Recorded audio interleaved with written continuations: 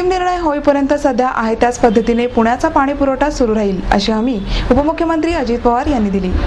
शासनाने मंजूर केल्यापेक्षा पुणेकर अधिक पाणी वापरत असल्याचे वारंवार सांगत महापालिकेने तातडीने पाणी गळती रोखावी आणि सांडपाण्यावर प्रक्रिया करून शेतीसाठी पाणी उपलब्ध करून द्यावे अशा अटी घालत अखेर उपमुख्यमंत्री अजित पवार यांनी पुण्यातील पाणी कपात मागे घेणार असल्याचे जाहीर केले।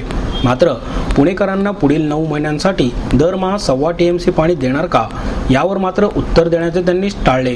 धरणे 100% भरल्यानंतरही पुरेसे पाणी देण्यास पाटबंधारे विभागाने नवीन मुठा उजवा कालवा सल्लागार समितीच्या झालेल्या बैठकीनंतर नकार दिला होता।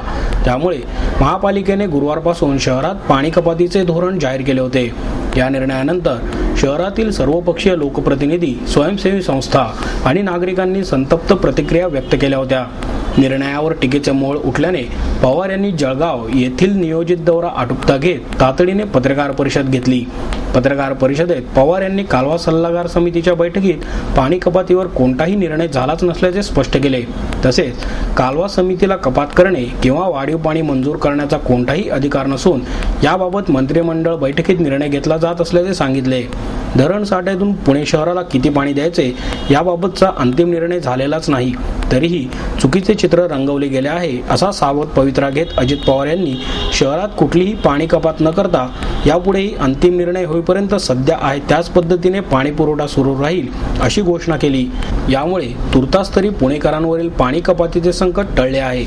असे अनेक सहकारी महादेवराव बाबर वगैरे माधुरी मिसाळ हे सगळे सन्माननीय लोकप्रतिनिधी तिथं उपस्थित होते। मी त्यांनाही सांगितलं की तुम्ही पण तुमच्या पक्षाच्या नगरसेवकांना, गटनेत्यांना सांगा, मी पक्षनेत्यांना सांगतो आणि ह्या कामाला थोडंसं अधिकचं महत्त्व आपण सगळ्यांनी दिलं पाहिजे।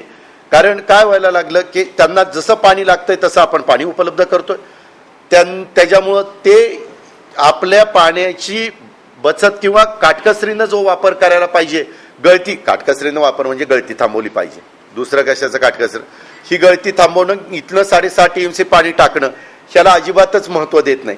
त्याकरता थोडीशी त्या दिवशी खडाजंगी झाली की ह्यांच्या डोक्यात थोडंसं शिरावं की बाबा असं झालं तर आपल्याला झटका बसेल, कधी कधी जरा कठोर भूमिका त्या ठिकाणी घ्यावी लागते, म्हणून कठोर मतप्रदर्शन तिथं झालं, निर्णय झालेला नाही।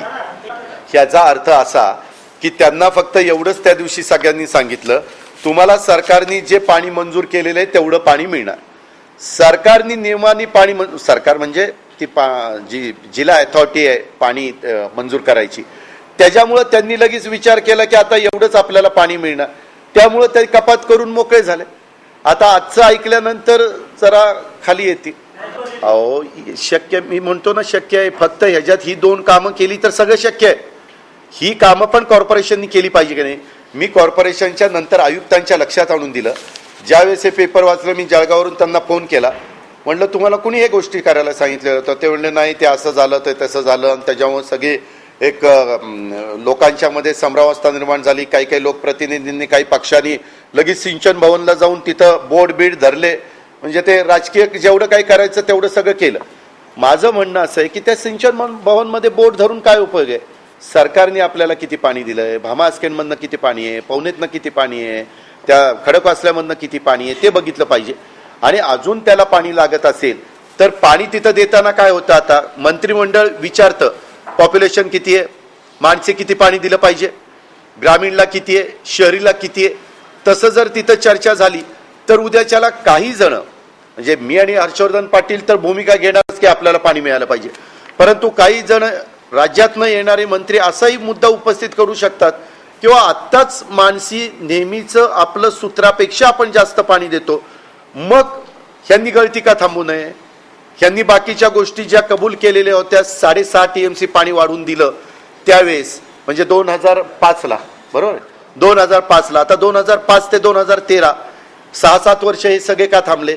शेवटी तिथं निवडून गेलेले काय करतात की कुठली तातडी कुठली आहे, जसं मधल्या काळात उरळी देवाची म्हणली आम्ही आमच्याकडे कचराच उचलून घेणार नाही, मग सगळे हल्ले आणि सगळ्यांना कळलं की नाही बाबा तिथले पण प्रश्न सोडवले पाहिजेत, त्याशिवाय आपल्या शहरातल्या कचऱ्याची विल्हेवाट लागू शकणार नाही। आणि मग त्याच्यामुळे तिथली काही काही कामं आपण मंजूर केली होती, जिल्हाधिकाऱ्यांच्या अध्यक्षतेखाली कमिटी केली होती, तुम्हाला आठवत असेल, आणि त्या प्रकारे तसं आता ग्रामीण भागातल्या लोकप्रतिनिधींनी थोडीशी याच्यात आता आग्रही भूमिका घेतली. आता हे आग्रही भूमिका घेतायत असं लक्षात आल्यानंतर ह्या सर्वच राजकीय पक्षाचे जे सन्मान्य लोकप्रतिनिधी आहेत, नगरसेवक नगरसेविका, त्यांच्याही गोष्ट लक्षात येईल आणि थोडंसं ही सगळी कामं वॉर फुटिंगवर व्हायला मदत होईल. तुम्ही ना असे काही प्रश्न विचारतात की आमचे परत महानगरपालिकेचे सगळे निवांतच झाले पाहिजे. काही गोष्टी मी बोलल्यानंतर त्यांना जर सांगितलं की नाही काही नाही झालं तरी मिळणार म्हटल्यावर कशाला कामं करतील? त्यांना काहीतरी थोडंसं तरी आस लागली पाहिजे ना की बाबा आपल्याला जर नाही आपण हल्लो तर अहो गळती रोखण्याच्या करता आता ऍक्शन तीच चाललेली आहे ना, त्याच करता शेवटी त्यांचा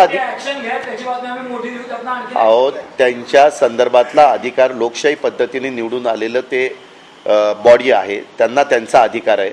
आम्ही त्यांना सांगत असताना आता पुढच्या वेळेस नवीन पाणी मंजुरीच्या वेळेस आम्ही ह्या सगळ्या गोष्टी त्यांना सांगणार. मी पाटकांनाही सांगितलं की तुम्ही तुमचा स्वतःचा जो काही अधिकार आहे त्याचा वापर करा. तुम्हाला त्या अधिकाराच्या संदर्भात नगर विकास खात्याची काही परवानगी लागली तर ती पण मी मुख्यमंत्र्यांना विनंती करून आम्ही त्या ठिकाणी देऊ.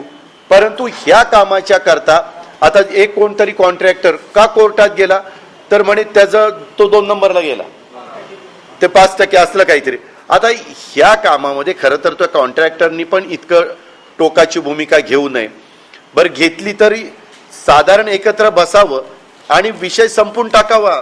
तेवढं जरी झालं तरी देखील वारजेच्या संदर्भातला प्रश्न सोडायला लगेच मदत होईल. ते पाणी मात्र 3 महिन्यामध्ये येऊ शकतं, त्याच्यातनं थोडासा रिलीफ होईल.